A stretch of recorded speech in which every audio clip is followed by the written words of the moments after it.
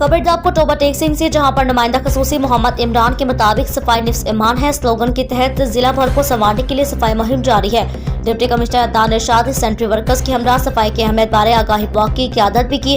Assistant commissioner Numan Ali Dogar, chief officer जिला council Anwar Begsiyar और दीगर अफसरान भी मौजूद थे। इस मौके पर डीसी टोबा का कहना था कि टोबा टेक सिंह में सफाई मुहिम जोश और जज्बे के साथ जारी है। डिप्टी कमिश्नर अदनान इरशाद की म्यूनसिपल कमेटी के सेंट्री वर्कर्स से मुलाकात, मुहिम बारे हदायत दी। डिप्टी कमिश्नर का एडमिनिस्ट्रेटर को नजरअंदाज इलाकों पर खसूसी फोकस का हुक्म दिया। मजीद इनका कहना था टोबा टेक सिंह को जीरो वेस्ट बनाएंगे, निकासी आपके मसाइल को फौरी अजाला किया जाएगा। ग्रीन बेल्ट शहरों के दाखिली रास्तों की हालत भी बेहतर की जाएगी।